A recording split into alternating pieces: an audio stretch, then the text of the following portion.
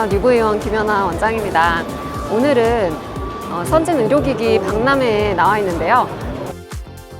저는 JSK 바이오메드의 미라잭 장비의 키닥터로서 활동을 하고 있습니다.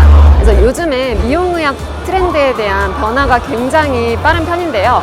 예전에는 노화가 이미 진행된 다음에 복구를 하는 시술에 대한 관심도가 높았다고 하면, 요즘에는 노화가 진행되기 전에 미리미리, 아니면 이제 노화가 진행되는 초기 단계에 개입을 해서 유지 관리를 하는 목적의 시술에 대한 인식이 굉장히 보편화되고 있습니다.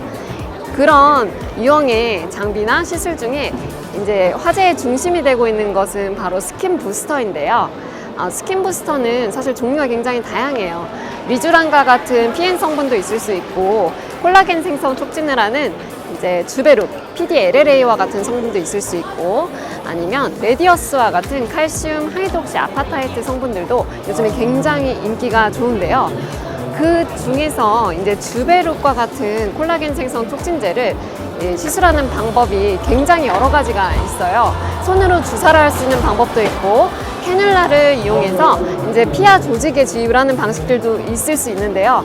이제 그런 시술들은 이제 공통적으로 주사 시술이라는 점, 통증이 심할 수 있다는 점, 그리고 이제 시술 원리상 조금은 시술 받는 입장에서 공포심이 들 수도 있겠는데요. 제가 키닥터로서 활동하고 있는 이 미라젯이라는 장비는 바늘이 없는 주입기라고 말씀을 드리고 싶습니다. 바늘이 없는데 유효 성분이 어떻게 주입되는지 궁금하실 수가 있겠는데요. 레이저가 에너지를 특수하게 보완된 노즐에 발진을 하면 우리가 전달하고자 하는 유효 성분에 이제 스킨 부스터일 수도 있고 주베룩일 수도 있고, 뭐 다양한 성분을 선택해서 결차를 시키면 우리 피부에 이제 액체 총알로 미세하게 쏘아지면서 피부 진피와 표피의 경계부 정도를 정확하게 타겟팅해서 주입이 될 수 있는 것인데요. 이러한 원리로 시술을 하다 보니까 그 통증 정도도 레이저 치료를 조금 강도 있게 받는 정도로 크게 경감이 되었고, 시술 받으시는 분들 입장에서도 이제 공포심도 굉장히 줄어들었고요. 우리 피부 진피와 표피 경계부는 사실 굉장히 단단한 구조예요. 그래서 손으로 주사하거나 하면은 정확하게 타겟팅해서 주입하기가 어렵고, 주변에 압력이 낮은 부위로 다 흘러가기 마련이거든요. 그런데 이런 미라젯을 이용한 시술을 적용하면 딱 그 부위에 정확하게 타겟팅해서 박리를 하면서 이제 유효 성분을 주입을 하다 보니까 굉장히 정교하게 원하는 타겟팅에 주입을 할 수 있다는 것도 또 하나의 장점이라고 보실 수가 있겠습니다. 그래서 요즘에 이런 회복 기간도 짧고 효과는 좋은 시술들이 각광을 받고 있는데, 그 중에 미라젯이 그 화제의 중심이 되고 있다는 말씀을 드리고 싶네요. 저는 이제 미라젯의 키닥터로서 활동을 하고 있다고 말씀을 드렸었는데요. 이제 대한레이저 피부 모발의학회에서 여러 가지 장비 시술에 대한 학술 대회가 오늘 진행이 되어서 미라젯 관련된 주제로 강의를 하려고 왔습니다. 저는 주되게는 기미나 일광 흑자 같은 색소증 치료를 활발하게 하고 있는데요.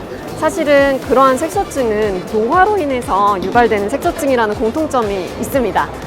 이제 색소가 누적되거나 찌꺼기 세포가 누적이 되면 그런 색소는 1차적으로 색소를 청소하는 레이저 치료가 필요할 수는 있겠는데, 재생 과정이 정상적으로 이루어지지 않거나 하면 치료 후 부작용을 심하게 수반할 수도 있고 여러 가지 불편한 증상이 발생할 수 있기 때문에, 노화 관련 색소증 치료를 진행할 때는 색소를 청소하는 치료 외에도 재생에 대해서도 굉장히 신경을 많이 써줘야지 완성도 있는 결과를 도출할 수 있다는 점을 강조해서 말씀을 드리고 싶은데요.